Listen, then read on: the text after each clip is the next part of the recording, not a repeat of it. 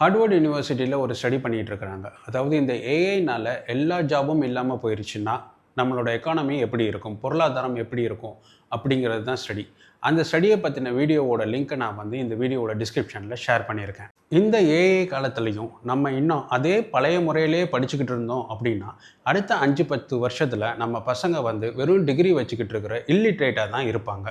LKG UKG 2 வருஷம், அதோடு சேர்த்து 12வது 14 வருஷம், அதோட காலேஜ் 4 வருஷம், மொத்தம் 18 வருஷம் நம்ம இதே மெத்தட்லேயே படிச்சுக்கிட்டு இருந்தோம் அப்படின்னா கண்டிப்பாக நம்ம பசங்க ரொம்ப பின்தங்கி இருப்பாங்க.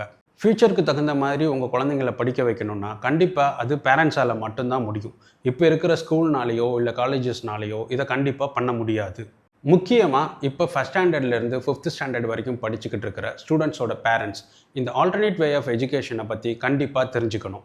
நான் 1 லட்ச ரூபா கட்டி இல்லை 50,000 ரூபா கட்டி என் பையனை நான் ஸ்கூலுக்கு அனுப்பிச்சிட்டேன் அப்படிங்கிறதோட பேரண்ட்ஸோட கடமை முடிஞ்சிடக்கூடாது.